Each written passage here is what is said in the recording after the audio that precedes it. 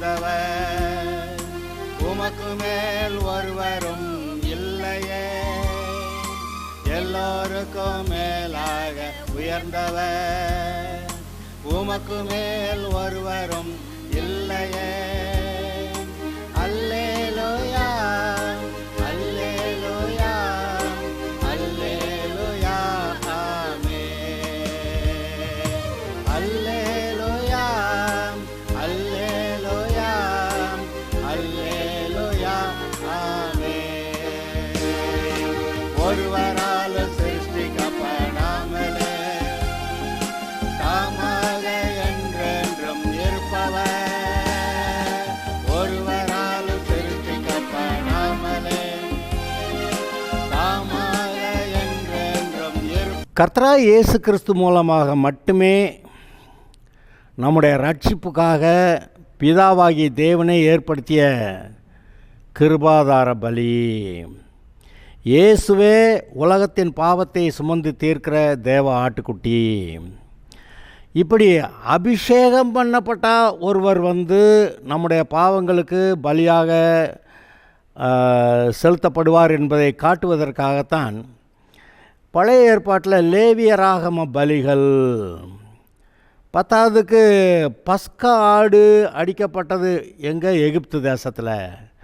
அதுக்கு பிறகு ஒவ்வொரு வருஷமும் இந்த யூதர்கள் அந்த பஸ்கா பண்டிகையை கொண்டாடினார்கள். பிறகு ஆபிரகாமுடைய உடன்படிக்கையில் அங்கே ஆடு அடிக்கப்பட்டது, அந்த ஆடு இயேசுவுக்கு அடையாளமாக இருந்தது. இப்படி இஸ்ரவேலருடைய அந்த பண்டிகைகள் எல்லாவற்றையுமே நீங்கள் கவனித்து பார்த்தால் அங்கே ஒரு ஆடு அடிக்கப்படுகிறது, பலியாய் செலுத்தப்படுகிறது. சர்வாங்க தகன பலி, சமாதான பலி, பாவ நிவாரண பலி, குற்ற நிவாரண பலி. அதெல்லாமே ஆசாரியனை பிரதிஷ்டை பண்ணுறதுக்குன்னு விசேஷமான பலியாக அங்கே லேவியராகம 16வது அதிகாரத்தில் எழுதியிருக்கு. அந்த இதில் ஒரு அடிக்கப்படுகிற ஆடு, அப்புறம் இன்னொரு ஆடு சீட்டு போட்டு எடுக்கிறப்ப ஒரு ஆடு போக்காடாக விடப்பட வேண்டும் என்று இயேசுவை பிரதிஷ்டை பண்ணி அப்படி அனுப்பியிருக்கிறார். அந்த இயேசுவுக்கு பிரதிஷ்டை பண்ணதை இதை நினைவு கூறும்படியெல்லாம் சொல்கிறாரு. எப்படி ஒரு போக்காடு விடப்பட வேண்டும், அது மேலே இஸ்ரவேலருடைய பாவத்தெல்லாம் சுமத்தணும், பிறகு அதை வனாந்தரத்தில் கொண்டு போய் விட்டுட்டு வந்துடணும். அது இந்த உலகத்தோடைய பாவத்தெல்லாம் சுமந்துக்கிட்டு பைத்தியம் பிடிச்சது போல் இங்கேயும் அங்கேயும் அலைஞ்சு முட்டி மோதி கீழே மேலே விழுந்து ஒருவரும் கூட உதவி இல்லாமல் அப்படி செத்துருக்கும் பார்த்தீங்களா. அந்த மாதிரியான ஒரு மனப்போராட்டமும் இயேசுக்கு இருந்தது என்பதை நாம் நினைத்து பார்க்க வேண்டும். இப்படி இயேசுவே வழி, வேறு எந்த வழியும் இல்லை. மனிதன் ரட்சிக்கப்படுவதற்கு வேறு வழி இல்லை. ஏன்னா தேவன் எல்லாத்தையும் உண்டாக்குனவர். இப்போ இவர்கிட்ட வரணும்னா இவர் தான் வாசலை திறக்கணும். தேவன் தான் நம்முடைய ரட்சிப்புக்கான வாசலை திறக்கணும். நம்ம போய் திறக்க முடியாது. தேவனே ரட்சிப்புக்கான வாசலை திறக்கிறார். பழைய ஏற்பாட்டு சம்பவங்கள் எல்லாம் நீங்கள் வாசித்தீர்கள் என்றால் தேவனே மனிதன் ரட்சிக்கப்படுவதற்கு வழியை உண்டாக்கியிருந்தார் என்று நீங்கள் பார்க்கலாம். அங்கே நோவா காலத்து வெள்ளம் காலத்தில் எல்லாரும் அப்படி பாவத்தில் இருக்கும்போது தேவனே நோவாவை கூப்பிட்டு இந்த மாதிரி நீ ஒரு பேழையை செய்யு, அதில் நாட்டு மிருகம் காட்டு மிருகம் எல்லாத்தையும் நீ ஏற்றிக்கலாம், நீ ரட்சிக்கப்பட்ட ஆள். ஆனால் அதே சமயத்தில் அவன் பிரசங்கிச்சிருக்கான். அந்த நோவா பிரசங்கத்தை கேட்டு ஒருத்தனும் வரல, எல்லோரும் கேலி செய்கிறாங்கன்ட்டு அவனு எல்லோரும் போயிட்டாங்க. அந்த பேழையை கட்டுறதுக்கு 100 கணக்காக 1000 கணக்காக வேலைக்கு ஆள் கூப்பிட்டுருப்பான், எல்லாருக்கும் சம்பளம் கொடுத்துருப்பான். எல்லாத்தையும் கேட்டுவிட்டு தானே அந்த பேழைக்கு வரல. அப்போ அந்த பேழையாகிய இயேசுவுக்குள் இன்று நாம் காக்கப்படுகிறோம், ரட்சிக்கப்படுகிறோம். அங்கே அந்த காலத்தில் இருந்தவங்களுக்கு தேவனே அந்த பேழையை ரட்சிப்பாக ஏற்படுத்தினார். அந்த ரட்சிப்பை மற்றவர்கள் ஏற்றுக்கொள்ளவில்லை. பிறகு சோதோம் கொமரா விஷயத்தில் அந்த நீதிமானாகிய லோத்தை ரட்சிக்க லோத்துவாவா ஒரு வழி கண்டுபிடிச்சான். தேவனே தம்முடைய தூதர்களை அனுப்பி அந்த சோதோம் கொமரா அழிக்கப்பட போகிறது, அதனால் நீ வெளியே வா, அந்த ஊருக்கு சோவாரா அங்கே போ அப்படின்னு சொல்லி அங்கே அனுப்பிவிட்டு தேவனே அந்த லோத்து ரட்சிக்கப்படுகிறதுக்கு ஒரு வழியை உண்டாக்கினாரா இல்லையா? இப்போ மனுஷனோட ரட்சிப்புக்கு மனிதர்கள் தாங்களாக கடவுளை தேடுறதுக்கு வழி கண்டுபிடிக்கிறது அது அங்கீகரிக்கப்படவில்லை. மனிதர்கள் தாங்களாக சில பரிகாரங்களை செய்து கொள்ளுகிறது அங்கீகரிக்கப்படவில்லை, அங்கீகரிக்கப்பட முடியாது. ஏன்னா தேவன் எதிர்பார்க்கிற அந்த அந்த அந்த அளவு வேறு, இவங்க என்ன செய்ய முடியுங்கிற அளவு வேறு. அவர் சொல்கிறாரு, பரிசுத்தமான ஒருத்தர் எனக்கு அந்த விஷயத்தில் பலியாகணும்னு. இங்கே இருக்கிற எல்லாரும் பாவிகள். அப்புறம் எப்படி இங்கே இவங்க தேவன் சொல்கிற மாதிரி பலியை செலுத்த முடியும்? அதனால் தேவனே அந்த வழியை ஏற்படுத்துகிறார். தேவனே பரலோகத்துக்கு வர வாசலை திறக்கிறார். ஏதேன் தோட்டத்தை விட்டு வெளியே விரட்டி விட்டுட்டு அதை அடைச்சி திரும்ப மனுஷன் அதுக்குள்ளே போகாதபடி அங்கே சுடரொளி பட்டயத்தோடு அங்கே கேருபீனை நிறுத்தினது இவர்தான். ஆனால் இயேசு கிறிஸ்து மூலமாக நீ என்கிட்ட வரலான்னு பரலோகத்துக்கு போகிற வாசலை திறந்தது இவர்தான். ஹலோ, உண்மைதானா? ஆதாம் ஏவாளை ஏதேன் தோட்டத்தை விட்டு விரட்டி விட்டுட்டு திரும்ப அவங்க நுழைஞ்சு அங்கே அந்த ஜீவ விருட்சத்தின் கனியை பறித்து புசிச்சிடக்கூடாது அப்படின்னு சொல்லி அந்த ஏதேன் தோட்டத்துக்கு போகிற வழியை அடைச்சி அங்கே திரும்ப போகாதபடி சுடரொளி பட்டயத்தோட கேருபீனை நிறுத்தினதும் கர்த்தர் தான். அப்புறம் எல்லா மனுஷரும் அவரை விசுவாசிக்கிற ஒருவனும் கெட்டு போகாமல் எல்லாரும் ரட்சிக்கப்பட வேண்டும் என்று தம்முடைய குமாரனா இயேசுவை தந்து இவ்வளவாய் உலகத்தில் அன்பு கூர்ந்து மனிதன் மறுபடியும் தன்னிடத்தில் வருகிறதற்கு வாசலை திறந்ததும் அவர் தான். அப்போ அவர் கணக்கு என்ன? இனி பாவியாகவே இருந்துக்கிட்டு போய் அந்த ஜீவ விருட்சத்தின் கனியை புசிக்கக்கூடாது. இவன் இயேசு கிறிஸ்து மூலமாக மனம் திரும்பி ரட்சிக்கப்பட்டவனாக அப்புறம் ஜீவ விருட்சத்தின் கனியை புசிக்கலாம். அதான அவர் கணக்கு. இப்போ நம்ம பாஸ்டர், நமக்கு எங்கே ஜீவ விருட்சத்தின் கனி, ஏதேன் தோட்டமே இல்லையே அப்படின்னு கேட்டால், இன்றைக்கு இந்த பைபிள் தான் நமக்கு ஜீவ விருட்சம். இதில் இருக்க இயேசு கிறிஸ்து தான் ஜீவாதிபதி. இதில் இருக்க வாக்குத்தத்த வசனங்கள் தான் ஜீவ வசனங்கள், ஜீவ வார்த்தைகள். அந்த ஜீவ வார்த்தைகள் தான் அந்த ஜீவ விருட்சத்தோடைய கனிகள், வாக்குத்தத்த வசனங்கள். இவரை ஏற்றுக்கொண்டால் ரட்சிப்பு, அதுக்கு அந்த கனியை புசிச்சா ரட்சிப்பு. சுகத்துக்கான ஒரு கனி இருக்குது, வசனம் இருக்குது, அதை எடுத்து பிடிங்கி சாப்பிட்டா சுகம். பொருளாதார ஆசீர்வாதத்துக்கான கனி வாக்குத்தத்தம் இருக்கிறது, அதை புசித்தா பொருளாதார ஆசீர்வாதம். அப்புறம் குடும்ப ஆசீர்வாதம், பிள்ளைகள் ஆசீர்வாதம், அதற்கான கனியை பிடிங்கி புசிச்சா அந்த ஆசீர்வாதங்கள். அப்புறம் சமுதாயத்தில் உயர்வு ஆசீர்வாதம், அதுக்கான கனியை பிடுங்கி சாப்பிட்டா அதுக்கான ஆசீர்வாதங்கள். இதை பாவியாகவே இருந்துக்கிட்டு அவன் பெற்றுக்கொள்ளக்கூடாது. அதனால தான் அவனை ஏதேன் தோட்டத்தை விட்டு விரட்டினார். இப்போ மனம் திரும்பி இயேசுவை ஏற்றுக்கொண்டு மறுபடியும் ஏதேன் தோட்டத்துக்குள்ளே வரலாம். இன்றைக்கி ஏதேன் தோட்டம் எங்கே இருக்குது? அந்த தோட்டம் இல்லை. ஆனால் அந்த பைபிள் மூலமாக நமக்கு இங்கே தேவனுடைய ராஜ்யம் உண்டாகிறது.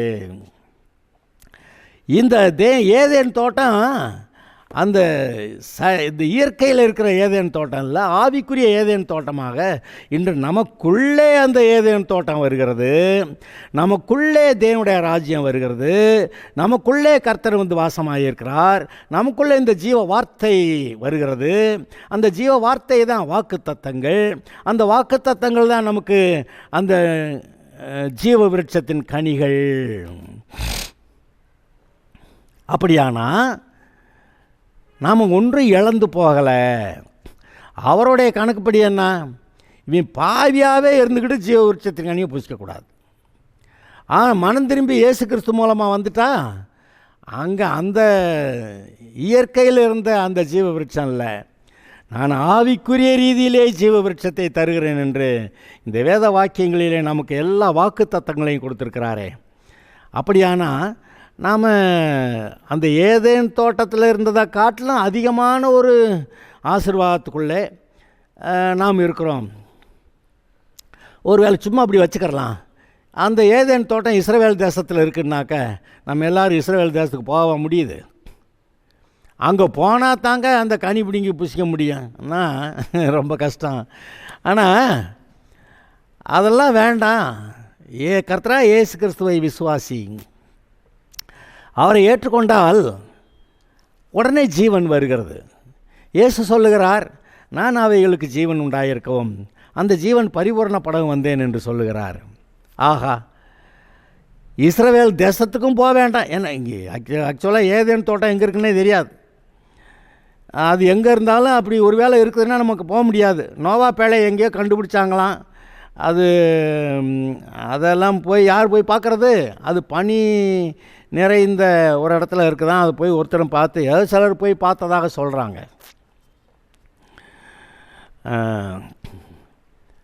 ஆக ஏதேன் தோட்டம் எங்கே இருக்குன்னே தெரியாது நமக்கு. அந்த ஏதேன் தோட்டம் போனால் முடியாது. அது இயற்கையிலே வந்தது. பாருங்கள், ஆவிக்குரிய காரியம்தான் பெரியது, இயற்கை காரியம் சிறியது. தேவன் ஆவியாக இருக்கிறவர் மூலமாக தான் இந்த இயற்கை காரியங்கள்லாம் உண்டாயிற்று. அப்போ இயற்கை பிந்தினது, ஆவிக்குரியது முந்தியது. இப்போ நாம் இயற்கையை விட்டு ஆவிக்குரிய ரீதியில் முந்தினதுக்கு நாம் வருகிறோம். தேவனுடைய வாக்குத்தத்தங்கள் மூலமாய் ஏதேன் தோட்டம் நமக்குள்ளேயே உண்டாயிருக்கிறது. நம்ம தேடி போக வேண்டாம். ஐயா, இயேசுவை பரலோகத்திலிருந்து இறக்கிறது யார்? அப்புறம் இயேசு பாதாளத்துக்கு போன ஒருபாடு அவர் மேலே தூக்கிட்டு வர்றது யார்? அப்படியெல்லாம் கேட்க வேண்டியதில்லை. இந்த ரட்சிப்பு அவரே செய்து விட்டார். இயேசுவை பரலோகத்திலிருந்து இறக்குனார், இயேசு பாதாளத்துக்கு போன ஒருபாடு அவர் தூக்குனார். அப்படி தூக்கி எடுத்து நமக்கு ரட்சிப்பை உண்டாக்கினார். இன்றைக்கு இயேசுவை ஏற்றுக்கொண்டால் நமக்குள்ளே தேவனுடைய ராஜ்யம் வருகிறது. ஆதலால் அப்படி ரட்சிக்கப்படுகிறோம். அதை நினைத்து பாருங்கள். ஆக தேவனே நமக்கு வாசலை திறந்தார். நம்மளாக திறக்க முடியாது. ஏன்னா தேவன் எதிர்பார்க்கிற அவருடைய ஸ்டாண்டர்டு வேறு, நம்முடைய ஸ்டாண்டர்டு வேறு. அப்போ நம்ம ஸ்டாண்டர்டில் இருந்துக்கிட்டு அவர் கேட்குற மாதிரி பலியை செலுத்த முடியாது. அதனால் அவரே நமக்காக ஒரு பலியை செலுத்தி நாம் பரலோகத்துக்கு வரலான்னு வாசலை திறந்திருக்கிறாரு. இப்பொழுது ஒரு விஷயத்தை குறித்து நான் உங்களுக்கு திரும்ப சொல்ல வேண்டும். இயேசுவின் சிலுவையால் மரண பயம் நம்மை விட்டு நீக்கப்பட்டுள்ளது. ஆதாம் பாவம் செய்கிறதுக்கு முன்னாடி கர்த்தர் என்ன சொன்னார்? நீ அந்த பழத்தை புசிக்கிற நாளிலே சாகவே சாவாயின்னு சொன்னார். மரணத்தை பற்றி கர்த்தர் பேசியிருந்தார். அது சாவாயின்னு, சாகவே சாவாயின்றார். அதாவது மரணம் உறுதி என்று சொல்லுகிறார். அந்த மரணம் எப்படிப்பட்டது? அவனுடைய ஆவிக்கு ஒரு ரீதியில் அவன் மரிக்கும்போது தேவனை விட்டு பிரிக்கப்பட்டு விடுகிறான், பிசாசோடு கூட இணைக்கப்பட்டு விடுகிறான். அதனால் பாவமான வாழ்க்கையை, தேவனை விட்டு பிரிந்த நிலைமையிலே பிசாசு கூட சேர்ந்து பாவமான வாழ்க்கையை வாழ வேண்டியிருக்கும். தேவனுக்கு விரோதியாய் வாழ வேண்டியிருக்கும், தேவனுடைய சத்ருவாய் வாழ வேண்டியிருக்கும். அது மாத்திரமல்ல, சாபங்களிலே வாழ வேண்டியிருக்கும். முடிவிலே இந்த சரீரத்தில் மரிக்கும்போது நரகம் போக வேண்டியிருக்கும். இவ்வளவு காரியங்களையும் சொல்லி தான் நீ அந்த பழத்தை புசிக்காத, புசிக்கிற நாளிலே சாகவே சாவா என்று சொல்லியிருந்தார். ஆனால் அவெல்லாம் கேட்டபாடு இல்லை. அவன் போய் ஏவாள் பார்க்குறா, அங்கே பிசாசு பேசுகிறான், எல்லாத்தையும் பார்த்துக்கிட்டு இருக்கிறான். அப்புறமா இவ பறித்து புசிக்கிறா, பார்த்துக்கிட்டு தான் இருக்கிறான், கொடுக்குறா, அதை வாங்கிக்கிறான். ஆக அவன் தீர்மானித்து விட்டான், பிசாசுடைய கட்சியில் சேர்ந்துடலாம், செத்தா பரவாயில்ல அப்படின்னு தீர்மானிச்சிட்டான். இன்றைக்கும் கூட அநேகர் உலகத்தார் அப்படி நிறையா பேசுவாங்க, செத்தா பரவாயில்லன்னு. விசுவாசிகள் கூட அநேக சமயத்தில் நம்ம செத்தா பரவாயில்லன்னு நீங்கள் எப்பயாவது சொல்லியிருக்கீங்களா, சொல்லலையா? ஆக எல்லா விசுவாசிகளுமே உபத்திரம் அதிகமானவுன்னா ஒரு நேரத்தில் செத்தா பரவாயில்ல அப்படின்னு நம்ம சாவுக்கு நம்மை ஒப்பு கொடுத்து பேசுகிறது போல் சில காரியங்கள் நடந்துருதா இல்லையா? இதெல்லாம் கேட்டுட்டு கர்த்தர் இறக்கப்பட்டு தான் மறுபடி நீங்கள் செத்து போகாமல் இது வரைக்கும் உயிரோட வச்சுருக்கிறாரு. ஆனால் அந்த சாவு வந்தாலும் பரவாயில்லன்னு அந்த ஆதாம் அன்னைக்கு தீர்மானித்தான். அது இன்றைக்கி அது எனக்கு புதிரான ஒரு காரியமாக தான் இருக்குது. அவன் எப்படி ஜீவனை விட்டு, ஜீவ விருட்சத்தை விட்டு, இயேசுவை விட்டு, பிதாவாகிய தேவனை விட்டு, ஜீவன்னாக்க தேவனுடைய ஜீவன், தேவன் எப்படி அப்படி சமாதான சந்தோஷமாய் பூரணராய் நிறைவுள்ளவராய் இருக்கிறாரோ அதுபோல் ஒரு வாழ்க்கை அது வேண்டான்னு பிசாசுக்கிட்ட போய் எப்படி அந்த கட்சியில் சேர போனான்னு எனக்கு இன்னும் ஒரு கேள்விதான். அது மட்டுமில்ல, இன்றைக்கு உலக மனிதர்கள் நம்ம இந்த இயேசுவை ஏற்றுக்கிட்டு ரட்சிக்கப்பட்டேன்னு சொல்லிக்கிட்டு இருக்கிறத விட இந்த பாவத்தில் வாழ்கிறது தான் நமக்கு சரி, செத்து நரகம் போனாலும் பரவாயில்லைன்னு இவ்வளவு ஜனங்கள் அந்த மரண பயம் இல்லாமல் வாழுகிறார்கள் என்று நாம் பார்க்கிறோம். ஆனால் இப்போ என்னத்தை பற்றி பேசிக்கிட்டு இருக்கிறோம்? மரண பயம். இந்த உலகத்து மனிதர்கள் பார்வைக்கு மரண பயம் இல்லாதது போல் தோன்றுகிறது, ஆனால் உண்மையிலேயே மரண பயம் அவர்களுக்கு இருக்கிறது. அது எப்போ வருது? மரணத்துக்கு ஏதுவான ஒரு வியாதியோ, மரணத்துக்கு ஏதுவான ஒரு சூழ்நிலையோ, யாரோ எதிரி வந்து நம்மளை கொல்ல போகிறாங்கிற அப்படிப்பட்ட நிலைமையில் தான் ஐயோ என்று சொல்லி மரணத்துக்கு பயந்து என்னை காப்பாற்ற ஆள் இல்லையா அப்படின்னு கேட்குற ஆளுகள் தேடுவாங்க. இந்த உலகத்தாரை பார்க்கும்போது நரகம் போனாலும் பரவாயில்ல, செத்தாலும் பரவாயில்ல என்று சொல்லிக்கொண்டு இயேசுவை ஏற்றுக்கொள்ள மாட்டேன் என்று சொல்லுகிறவர்கள் உண்மையிலேயே மரண பயம் இல்லாமல் இருக்கிறார்களா? அவர்களுக்கு மரண பயம் இருக்கிறது, அதை பற்றி சிந்தியாமல் இருக்கிறார்கள். அதனால தான் சில இடங்களில் சுவற்றில் எழுதி போட்டிருக்க, உன் தேவனை சந்திக்க ஆயத்தப்படு அப்படின்னு. என்றைக்கு இருந்தாலும் மனிதன் மரிக்கிறான். ஆதலால் அந்த மரிக்கும்போது நியாயத்தீர்ப்பு அடைவான். தேவனுடைய பிரசன்னத்தில் வந்து நியாயத்தீர்ப்பு அடையணும். அப்போ உன் தேவனை சந்திக்க ஆயத்தப்படுன்னு எழுதி போடுறதெல்லாம் கரெக்டு. அந்த வசனம் பைபிளில் இருக்குது, பைபிளில் இருந்தால் எழுதி போட்டிருக்கிறாங்க. ஆக மரணத்தை பற்றி சிந்தியாமல் அதாவது பஸ்ஸில் ஏறி உட்காந்தா நான் போய் முன்னாடி உட்காந்துக்கிறேன். அந்த காலத்தில் டிரைவர் அங்கிட்டு ஓட்டுவார், நான் அந்த பக்கத்தில் உட்காந்துக்கிருவேன். எந்த வண்டி ஆக்சிடெண்ட் ஆனாலும் நான் போகிற இந்த பஸ் ஆக்சிடெண்ட் ஆகாதுன்னு நான் நம்புவேன். சந்தோஷந்தான். அப்படி தான் எல்லோரும் நினைக்கிறாங்க. நமக்கு பிரச்சனை இல்லைன்னு நினைக்கிறாங்க. ஆனால் திடீரென ஏதோ ஒரு விதத்தில் மரணம் சம்பவிக்கிறது. ஆக்சிடெண்ட்டில், வியாதியில், அல்லது யாரோ ஒருத்தர் அடித்து கொள்றதில், எல்லாம் எத்தனையோ விதங்கள்லாம் மரணங்கள் ஏற்படுகின்ற பாருங்க. யுத்தத்துக்கு போனால் இந்த உக்ரைனில் எவ்வளோ பேர் சாகுறாங்கன்னு சொல்கிறோம். இன்றைக்கி வேறு இடங்கள்லாம் யுத்தங்கள் நடக்குது, அங்கே எவ்வளோ பேர் செத்துருக்கிறார்கள். அதை மரண பயத்தையும் மீறி யுத்தத்துக்கு போகிறேன்னு சொல்லுவாங்க. ஆனால் மரண பயம் இருக்கிறது. அங்கே போன ஒரு பாடு தான் தெரியும், ஐயோ நம்ம திரும்பி போய் சேர முடியுமா, சில சிக்கலான இடத்துல போய் மாட்டிக்கிட்டா நம்ம திரும்ப நம்முடைய டென்ட்டுக்கு போக முடியுமா அப்படின்னு சொல்லி பயம் வந்த உடனே இந்த மரண திகில் பற்றி பைபிள் சொல்லுகிறது. இயேசுவுக்கு மரண திகில் அவர் மேல் விழுந்ததுன்னு எழுதியிருக்கு. மரண பயங்கிறது வேற, மரண திகில்ங்கிறது அப்படி மிரண்டு அப்படியே அவ்வளோ பயங்கரம், ஐயோ நான் அதுக்குள்ளே போகணுமா அப்படின்னு சொல்லி அவ்வளோ பயத்திலே உச்சக்கட்ட பயந்தான் மரண திகில். மரண திகில் இயேசுவின் மேல் விழுந்தது. அப்படி நமக்காக மரண திகில், அந்த மரண பயத்தையும் அவர் சிலுவை இந்த பூமியில் இருக்கும்போதே அவர் மரணத்துக்கு போகணுங்கிறது தெரியும் அவருக்கு. ஆனால் அங்கே மரணத்தை பற்றி நினச்சோம்னா கூடுமான அந்த பாத்திரம் என்னை விட்டு நீங்கட்டும்னாரு.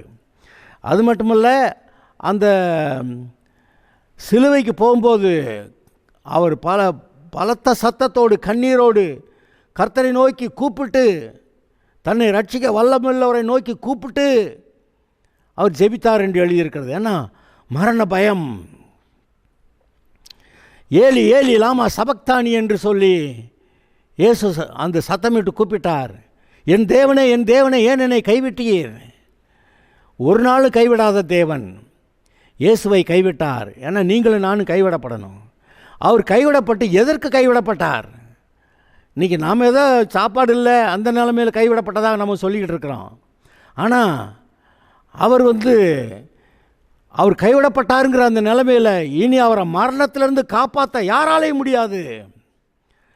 அப்படிப்பட்ட நிலைமையிலே இயேசு கைவிடப்படுகிறார். சிலுவையில் இருக்கும்போது ஏலி ஏலி லாமா சபக்தானி என்று சொல்லுகிறார். என் தேவனே என் தேவனே ஏன் என்னை கைவிட்டீர். அவருடைய கைவிடப்படுதல் போல நமக்கு ஆகிறதில்லை. ஆனால் இயேசு அவ்வளவாக அப்படியா கைவிடப்பட்டிருந்தார். அவர் கைவிடப்பட்டு எங்கே போகிறார்? மரணத்தை சந்திக்க போகிறார். மரணத்தில் அவர் மேல் விழுகிறது. மரண பயம் அவரை ஆட்டி வைக்கிறது. கொலை நடுங்குதுங்கன்னு சொல்லுவாங்களே, அதுபோல மரண பயம் அவரை ஆட்டியது. அவரை தப்பு வைப்பார் ஒருவரும் இல்லை. அவர் கேட்டு பார்த்தார், இந்த மரண மரணத்திலிருந்து என்னை விடுதலை ஆக்க வேண்டும் என்று. அதற்கு பிதா ஒப்புக்கொள்ளவில்லை. ஆதலால் பிதாவே உம்முடைய சித்தம் செய்கிறேன் என்று சொல்லி முன்னேறினார். அங்கே ஒரு நேரம் பிதாவானவர் அவரை விட்டு விலகிட்டார். ஏன் என்னை கைவிட்டீர் என்று சொல்லுகிறார். ஒருவேளை தேவன் அங்கேருந்து சகலத்தையும் பார்த்து கொண்டு இருக்கலாம். ஆனால் அவர் கூட இருக்கிறாருங்கிறது நம்ம இருதயத்தில் தெரியுது, கூட இல்லைன்னு நம்ம இருதயத்தில் தெரியுது. இப்போ நம்மளை பொறுத்த வரைக்கும் ஒரு சில காரியங்களில் கர்த்தர் நம்ம கூட இருக்கிறாரு, அது நமக்கு தெரியுது. ஒரு சில காரியத்தில் கர்த்தர் நம்ம கூட இல்லை, அதுவும் தெரியுது. அப்போ இயேசுவானவர் சிலுவையில் இருக்கும்போது ஒரு நேரம் பிதாவாகிய தேவன் அவரை விட்டு விலகினார். அவர் கூட இருந்தப்பவும் இயேசுவுக்கு தெரிந்தது. அவர் இயேசுவை விட்டு விலகினதும் அது இயேசுவுக்கு தெரிகிறது. அப்போ அதான் சொல்கிறார், ஏலி ஏலி லாமா சபக்தானின்னு. அப்போ எப்போ விலகினார்னா இவரை மரணத்துக்கு ஒப்புவித்து விட்டு விலகுகிறார். மரணத்துக்கு ஒப்புவிக்கப்பட்டு விட்டார். அப்படிப்பட்ட நிலைமையிலே பிதாவாகிய தேவன் அவரை விட்டு விலகுகிறார். மரண பயம் அவரை போட்டு ஆட்டியது. ஆனால் அந்த அவருடைய சரீரத்தில் இருக்க மரணத்தினால இன்றைக்கு நமக்கு உண்டாகிற மரண பயத்திலிருந்து நாம் விடுதலையாக்கப்பட வேண்டும்னு தான் இயேசு அப்படி செய்தார் என்று வேதத்தில் எழுதியிருக்கிறது. நான் அதை வாசிக்கிறேன். எபிரேயர் 2வது அதிகாரத்தில் 14, 15, 16, 18 வரைக்கும். எபிரேயர் 2வது அதிகாரம் 14 முதல் 18 வரைக்கும் முதலாவது வாசிக்கிறேன், பிறகு அதன் பொருளை சொல்லுகிறேன். ஆதலால் பிள்ளைகள் மாம்சத்தையும் இரத்தத்தையும் உடையவர்களாக இருக்க அவரும் அவர்களைப் போல மாம்சத்தையும் இரத்தத்தையும் உடையவரானார். மரணத்துக்கு அதிகாரியான பிசாசானவனை தமது மரணத்தினாலே அழிக்கும்படிக்கும் ஜீவகாலமெல்லாம் மரண பயத்தினாலே அடிமைத்தனத்துக்குள்ளானவர்கள் யாவரையும் விடுதலை பண்ணும்படிக்கும் அப்படியானார். மரண பயத்துக்குள்ளான யாவரையும் விடுதலையாக்க அவர் அப்படியானார். எப்படியானார்? மரணத்துக்கு ஒப்புவிக்கப்பட்டார், மரணத்தை சந்தித்தார். தமது மரணத்தினாலே நம்மை மரண பயத்திலிருந்து விடுதலையாக்குகிறார். ஓகே. ஆதலால் அவர் தேவதூதருக்கு உதவியாக கைகொடாமல், அதாவது விழுந்து போன தூதர்கள் ரட்சிக்கப்படட்டும்னு அதுக்காக அவர் போய் பலியாகாமல் ஆபிரகாமின் சந்ததிக்கு உதவியாக கை கொடுத்தார். ஆபிரகாமோட தான் தேவன் உடன்படிக்கை பண்ணியிருக்கிறார். அப்போ ஆபிரகாமின் சந்ததி, அதில் இயேசு கிறிஸ்து மூலமாக பழைய ஏற்பாட்டு புதிய ஏற்பாட்டு எல்லா விசுவாசிகளும் ரட்சிக்கப்படுவதற்கு. அன்றியும் அவர் ஜனத்தின் பாவங்களை நிவிர்த்தி செய்வதற்கு ஏதுவாக தேவ காரியங்களை குறித்து இரக்கமும் உண்மையும் உள்ள பிரதான ஆசாரியராயிருக்கும்படி எவ்விதத்திலும் தம்முடைய சகோதரருக்கு ஒப்பாக வேண்டியிருந்தது. அவர் நம்மளை போல மனுஷனாக வேண்டியிருந்துச்சான். ஆதலால் அவர்தாமே சோதிக்கப்பட்டு பாடுபட்டதினாலே சோதிக்கப்படுகிறவர்களுக்கு உதவி செய்ய வல்லவராயிருக்கிறார். மரணத்தையே சந்தித்தவர், மரண தீயில் என்மேல் விழுந்தது என்று சொல்லி அந்த மரண பயத்தை நேரடியாக சந்தித்து அந்த மரணத்தை சந்தித்து மரணத்தை ஜெயித்தவர். அவர் மரித்தோரிலிருந்து உயிரோட எழும்பிட்டார். அதனால் மரணத்தை ஜெயித்தவர். இன்றைக்கு விசுவாசிகளாக இருக்கிற நமக்கு மட்டும்தான் மரண பயம் இல்லாமல் ஆக்கியிருக்கிறார். என்னது? பூமியை விட்டு போனால் அங்கே பரலோகம். ஆக ஒருவேளை ஆட்கள் மரிக்கும்போது நமக்கு துக்கமாக இருக்கிறது இல்லைன்னு இல்லை, மரண பயங்கள் லேசாக வரதான் செய்யுது. ஆனால் வசனத்தை நன்றாய் அறிந்தவர்கள், நல்ல விசுவாசிகள், நான் இந்த வீட்டில் இருந்து அந்த வீட்டுக்கு போகிறேன், அங்கே கர்த்தர் அழைக்கிறார். நான் போகிறேன். ஒரு ஊழியக்காரர்னாக்க காலையில் 10 மணிக்கு, பாப்பா நான் காலையில் 10 மணிக்கு வீட்டுக்கு போகணும் அப்படின்னு சொன்னாராம். அப்போ நல்லா தானே இருந்தார், என்னமோ மதி பிறண்ட மாதிரி பேசுகிறாரு, வீட்டில் தானே இருக்கிறாரு, நாளை காலையில் 10 மணிக்கு வீட்டுக்கு போகிறேன்னு சொல்கிறாரு அப்படின்னு சொல்லி இது யோசிச்சுக்கிட்டு இருந்துச்சான்.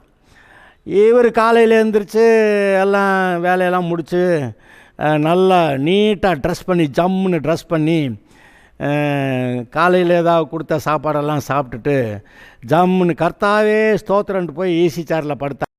10 மணிக்கு போயிட்டாராம். 10 மணிக்கு இறந்துட்டாரான்னு பிள்ளைக்கு அப்போ தான் ஐயோ காலையில் 10 மணிக்கு வீட்டுக்கு போவேன்னு சொன்னாரே, வீடுங்கிறது இந்த வீட்டிலேருந்து அந்த வீட்டுக்கு போயிட்டாரா அப்படின்னு அப்போ தான் அது ஓ என்று யோசித்து அப்பா பரலோகம் போயிருக்கிறார் என்று நினைத்து அவர்கள் சமாதானப்பட்டு கொண்டார்கள். அந்த ஆளுக்கு மரண பயமே இல்லைங்க. அந்த மரண பயத்தை நம்மை விட்டு நீக்கி இருக்கிறார். நம்ம விட்டு நீக்கி தான் இருக்கிறார். ஆனால் நம்ம தான் அறிவில்லாமல் சமயத்தில் மரணத்தை பார்த்து பயந்துகிட்டு இருப்போம். இங்கே விட்டால் அங்கே, அது நமக்கு தெரியும். அது மட்டும் இல்லை, இன்னும் கொஞ்சம் சேர்த்து விசுவாசித்தா இந்த வியாதி கூட இல்லாமல் நல்லா வாழலாம். இந்த மரண பயம் நம்ம ஒன்றும் செய்ய முடியாது. அதான் பாருங்கள், மரணத்துக்கு அதிகாரியாகிய பிசாசானவனை தமது மரணத்தினாலே அழிக்கும்படிக்கும் ஜீவகாலமெல்லாம் மரண பயத்தினாலே அடிமைத்தனத்துக்குள்ளானவர்கள் யாவரையும் விடுதலை பண்ணும்படிக்கும் அப்படியானார். எப்படியானார்? சிலுவைக்கு போய் மரணத்தை சந்தித்தார். பின்னாடி ஒரு நாள் சொல்கிறாரு, இதோ மரணத்துக்கும் பாதாளத்துக்கும் உரிய திறவுகோல்களை உடையவராயிருக்கிறேன்.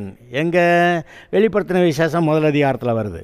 இதோ மரணத்துக்கும் பாதாளத்துக்கும் உரிய திறவுகோல்கள். அது அதிகாரமே, மரணத்துக்கான அதிகாரமே இப்போ என்கிட்ட இருக்குது. பாதாளத்தை பற்றியதான அதிகாரம் என்கிட்ட இருக்குது. பிசாசில் அது போட்டு அடைப்பேன், அந்த அதிகாரம் என்கிட்ட இருக்குது அப்படி சொல்கிறாரு.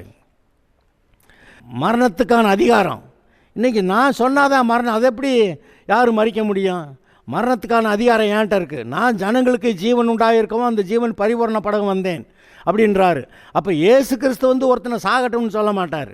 இயேசு கிறிஸ்து அவர் எல்லாருக்கும் ஜீவன் பரிபூரணம் தான் கொடுக்குறாரு. ஆனால் இவங்க தான் இந்த உலகத்தில் இந்த காரியம் அந்த காரியம்னு சொல்லி பல பிரச்சனைகளில் மாட்டிக்கிட்டு அப்படியே சரி போனால் பரவாயில்ல, எனக்கு பூமியில் இருக்க வாழ்க்கை போதும் ஆண்டவரே, போதுன்னு சரி வந்து சேரு அப்படின்னு சொல்லி அங்கே கூட்டி போடுறார். அது வேறு. ஆனால் மரண பயம் இல்லை.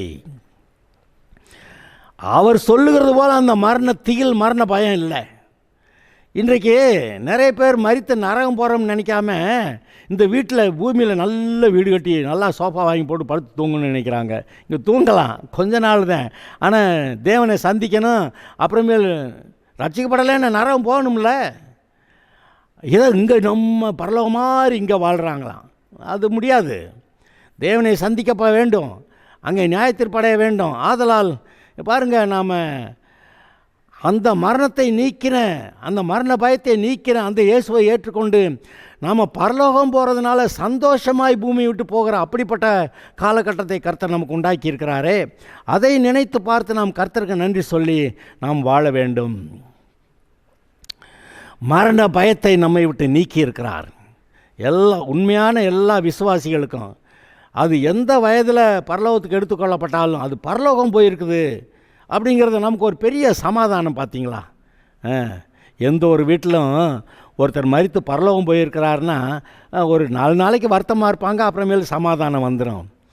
ஆனால் ஒருத்தர் ரட்சிக்கப்படாமல் போயிட்டாருன்னு தெரிஞ்சாதான் சரி ரொம்ப வருத்தமாக இருக்கியா, அவர் பரலோகம் போகலை, எங்கேயோ நரகத்துக்கு போயிட்டார் போல் அப்படின்னு அது வருத்தம் நமக்கு விட மாட்டேங்குது. ஆம் அருமையானவர்களே, நம்மை பொறுத்தவரை மரண பயத்தை நீக்கி இருக்கிறார். அவரே அந்த மரணத்தை சந்தித்து, அந்த மரண பயத்தை நேரடியாக தன்னுடைய வாழ்க்கையிலே சந்தித்து மரணத்தை ஜெயித்து மரித்தோரிலிருந்து உயிரோடு எழுந்து அப்படியாக மரணத்தை ஜெயித்தார். மரண பயத்தையும் நம்மை விட்டு நீக்கி இருக்கிறார். ஆம், அதற்காக கர்த்தருக்கு நாம் நன்றியுள்ளவர்களாக இருப்போம். கர்த்தர் நம்மோடு கூட இருக்கிறார். இவையெல்லாம் எங்கே நடந்தது? இயேசு சிலுவையிலே நமக்காக பரிகாரம் செய்ததிலே தான் இவையெல்லாம் இருக்கிறது. ஆதலால் அந்த சொல்லுவனே, இந்த சிலுவை மரணமும் உயிர்த்தெழுதலும் இல்லைன்னா கிறிஸ்தவமே கிடையாது. இந்த பைபிளிலிருந்து சிலுவை மரணத்தையும் உயிர்த்தெழுதலையும் எடுத்துட்டிங்கன்னா பைபிள் ஒன்றுக்கு உதவாது. ஆம், இந்த இயேசுவை ஏற்றுக்கொள்வோம், ரட்சிக்கப்படுவோம், நமக்கு பரலோகம் உண்டு, ஆசீர்வாதம் உண்டு. Okay, God bless you.